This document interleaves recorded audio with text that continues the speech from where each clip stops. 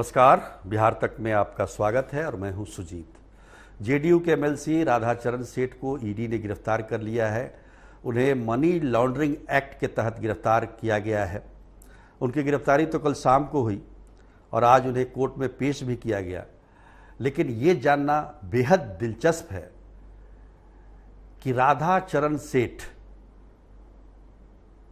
कैसे बने। पहले तो वो राधाचरण शाह थे, सेठ कब बन गए?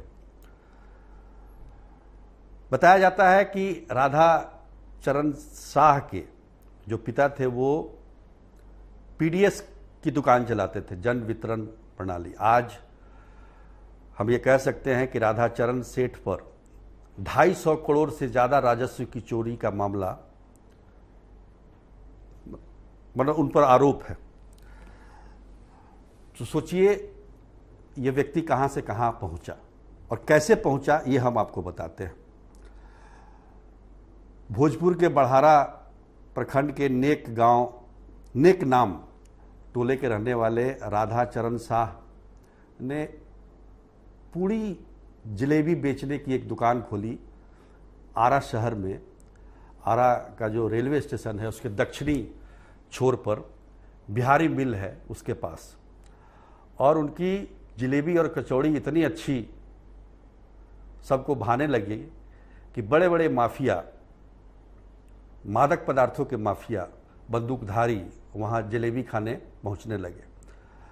धीरे धीरे इनकी सांठगांठ भी बढ़ी। इस कहानी को बताने से पहले ये जानना भी जरूरी है कि राधाचरण सेठ पर जो मनी लॉन्ड्रिंग का जो मामला दर्ज हुआ है उसमें उन पर मादक पदार्थों की तस्करी और बालू का जो अवैध कारोबार होता है उसमें संलिप्तता की बात भी है। तो उस दौरान उनकी दुकान पे बड़े बड़े माफिया आने लगे और कचौड़ी और जलेबी खाने लगे। जलेबी छानने में वो माहिर थे, अपने हाथों से खिलाते थे वो। जलेबी छानते छानते उन्होंने पूरे बिहार को छान दिया। आज बिहार का कोई ऐसा शहर नहीं है, जिला नहीं है जहां उनकी संपत्ति नहीं हो। बिहार में ही नहीं, पूरे देश में जो भी तीर्थ स्थल है वहां उनकी संपत्ति है। ये ईडी ने आधा दर्जन से ज़्यादा राज्यों में छापेमारी करके ये जानकारी मिली ईडी के छापेमारी से कि इतनी संपत्ति है इनकी। पिछले 8 महीने में 3 बार छापेमारी हो चुकी है इनके यहाँ।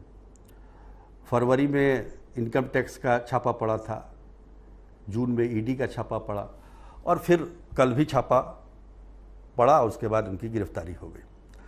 तो राधाचरण सेठ की कहानी ये है कि इनकी शुरुआत जलेबी छानने से हुई और छानते छानते वो मादक पदार्थों की तस्करी करने लगे और बालू के अवैध कारोबार में आ गए, जिससे इनकी अकूत संपत्ति बढ़ गई। जब व्यक्ति की संपत्ति बढ़ जाती है, अकूत हो जाती है, तो फिर वो राजनीति में जाने की सोचता है। 1995 में राधाचरण सेठ ने पहली बार राजनीति में कदम रखा और विधानसभा का चुनाव लड़ा आरा शहर से निर्दलीय। हालांकि वो जीत नहीं पाए, लेकिन धन के साथ व्यक्ति की महत्वाकांक्षा भी बढ़ती जाती है और इस 15-20 साल के अंतराल में उन्होंने जो राजनीति की महत्वाकांक्षा पाल रखी थी उसको पूरा करने का भरपूर प्रयास किया। 2009 में भी एमएलसी के चुनाव लड़े, कांग्रेस समर्थित उम्मीदवार थे, लेकिन उस बार भी कामयाबी नहीं मिली। अंत में 2015 में आरजेडी का दामन थामा राधाचरण सेठ ने और इस बार वो लोक जनशक्ति पार्टी के ताकतवर उम्मीदवार हुलास पांडे को हराने में सफल रहे और चुनाव जीत गए। पर आरजेडी के शीर्ष नेताओं से उनकी जमी नहीं। उन्होंने 2020 में आरजेडी छोड़ के जेडीयू का दामन थाम लिया और अपने साथ 4 और एमएलसी को भी ले आए और अभी 2020 के एमएलसी के चुनाव में वो फिर जीते हैं जेडीयू के टिकट पर। तो राधाचरण सेठ जो है, जो शाह हुआ करते थे पहले, अब सेठ हो गए हैं, उन पर जो भी कार्रवाई हो उसमें अगर हम ये कहें कि किसी एक सरकार का दोष है तो ये गलत होगा। कई सरकारें इसमें शामिल हैं, वर्तमान सरकार, इससे पिछली सरकार, उससे भी पिछली सरकार, कांग्रेस की सरकार। कहने का मतलब कि राधाचरण सेठ जैसे व्यक्ति अगर अवैध तरीके से धन कमाते हैं तो उसके पीछे सरकार नहीं, पूरा सिस्टम साथ देता है। आज हालात ये हैं कि राधाचरण सेठ ने न जाने कितने अधिकारियों को, कितने पुलिस अधिकारी को पैसे दिए होंगे, मदद की होगी। कईयों के तो घर बनवा दिए हैं भाई। आपको जानकर हैरानी होगी कि कई बड़े अधिकारियों के घर राधाचरण सेठ के पैसे से बने हैं। और बने क्यों नहीं, उसका एहसान भी तो चुकाना है। 2016 में जब एक मादक पदार्थों की तस्करी का बहुत बड़ा खेप पकड़ा गया था, तो जो तस्कर पकड़ा गया उसने कन्फेशनल स्टेटमेंट में राधाचरण सेठ का नाम लिया, लेकिन हमारे महान पुलिस अधिकारियों ने, उनके भक्त जो हैं, उन्होंने उनका नाम बड़ी सफाई से उसमें से निकाल दिया। तो पैसे में इतनी ताकत होती है, ये बात राधाचरण सेठ अच्छी तरीके से जानते हैं कि पैसे से किसी को भी खरीदा जा सकता है। और यही वजह है कि आज हमारे राज्य में इतनी बड़ी पुलिस की फौज है, इतनी जांच एजेंसियां हैं, विजिलेंस है, स्पेशल विजिलेंस है, आर्थिक अपराध इकाई है, लेकिन कभी भी इन पर बालू माफियाओं पर या इस तरीके के माफियाओं पर हाथ नहीं डाला गया। तो उसके पीछे की वजह यही है कि सब कहीं ना कहीं इससे लाभ प्राप्त करते रहे। तो इसलिए मैं कहता हूं कि राधाचरण सेठ किसी एक सरकार की नहीं बल्कि सिस्टम की उपज है। और यही कारण है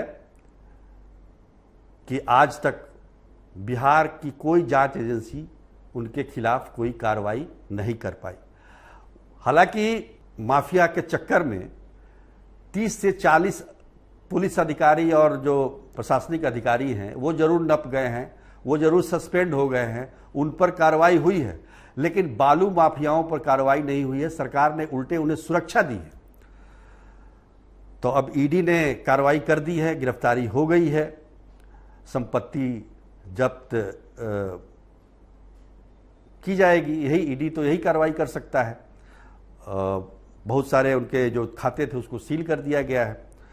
कोर्ट में मुकदमा चलेगा, मुकदमा 10-5 साल चलेगा, फिर संपत्ति वापस आ जाएगी। लेकिन जो सिस्टम से पैदा हुए जो लोग होते हैं, जो माफिया होते हैं, वो केवल राधाचरण सेठ नहीं हैं।